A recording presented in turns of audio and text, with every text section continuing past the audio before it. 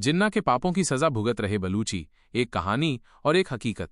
ये कहानी है उस भूमि की जहां पर्वत सदियों से खामोश गवाह बने खड़े हैं और हवा में सदियों पुराने संघर्षों की आहटें घुली हुई हैं। ये कहानी है बलूचिस्तान की, एक ऐसा क्षेत्र जो पाकिस्तान के नक्शे पर सबसे बड़ा तो है, पर जहां के लोगों की किस्मत में दशकों से सिर्फ संघर्ष और अन्याय ही लिखा गया है।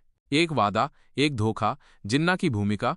बात 1947 की है, जब भारत का विभाजन हो रहा था। बलूचिस्तान तब कई रियासतों में बटा हुआ था, जिनमें से कलात सबसे बड़ी थी। कलात के खान ने अपनी स्वतंत्रता की घोषणा कर दी थी और कहा जाता है कि खुद मोहम्मद अली जिन्ना ने शुरुआत में बलूचिस्तान की आज़ादी का समर्थन किया था। बलूची लोगों ने सोचा, चलो अब तो हमारी अपनी पहचान होगी, हमारी अपनी किस्मत होगी। लेकिन इतिहास ने एक अलग ही मोड़ लिया। पाकिस्तान के बनने के बाद जिन्ना ने अपना रुख बदल दिया। मार्च 1948 में पाकिस्तानी सेना बलूचिस्तान में घुस गई। कलात के खान को मजबूर किया गया कि वो पाकिस्तान के साथ विलय पत्र पर हस्ताक्षर करें। बलूचिस्तान की अपनी विधायिका ने इस विलय को अस्वीकार कर दिया था, लेकिन उनकी आवाज को दबा दिया गया। बलूची आज भी इस घटना को एक बड़ा धोखा मानते हैं। उनके लिए ये जिन्ना का पाप था, जिसने उन्हें एक ऐसी बदतर जिंदगी में धकेल दिया जिससे वे आज तक उबर नहीं पाए हैं। बलूचों का दर्द, शोषण और विद्रोह। विलय के बाद बलूच लोगों की मुश्किलें बढ़ती चली गईं। उन्हें लगा कि उनके प्राकृतिक संसाधनों, गैस, खनिज का बेतहाशा शोषण किया जा रहा है,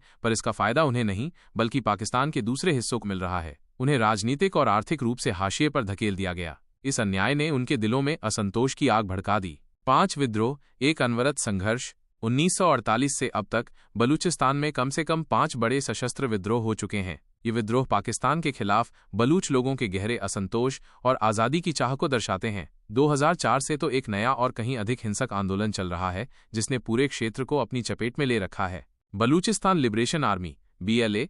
इस संघर्ष में एक महत्वपूर्ण नाम है बलूचिस्तान लिबरेशन आर्मी, BLA।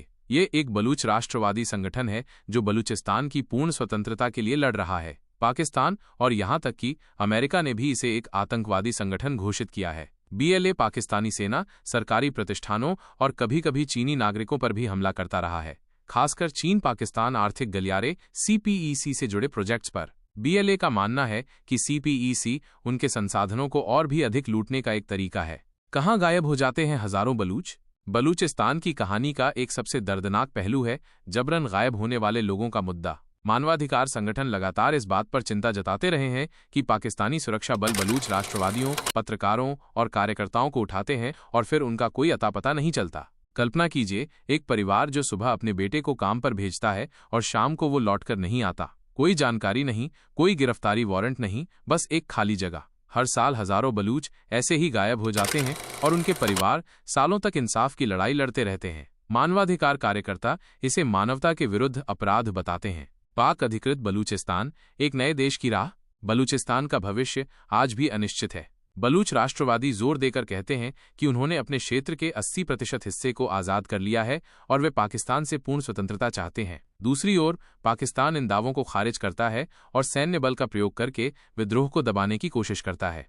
ये सिर्फ पाकिस्तान का सबसे बड़ा प्रांत नहीं, ये एक भू रणनीतिक महत्व वाला क्षेत्र भी है। ईरान और अफगानिस्तान से सटा ये इलाका चीन पाकिस्तान आर्थिक गलियारे CPEC के लिए भी महत्वपूर्ण है, जहां ग्वादर बंदरगाह स्थित है। आज बलूच लोग अंतर्राष्ट्रीय समुदाय से समर्थन की उम्मीद कर रहे हैं, विशेषकर भारत से।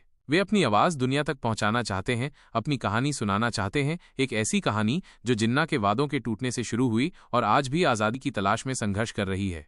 क्या बलूचिस्तान एक अलग देश बन पाएगा? ये सवाल हवा में लटका है, लेकिन एक बात साफ है, बलूच लोगों की संघर्ष गाथा अभी खत्म नहीं हुई है।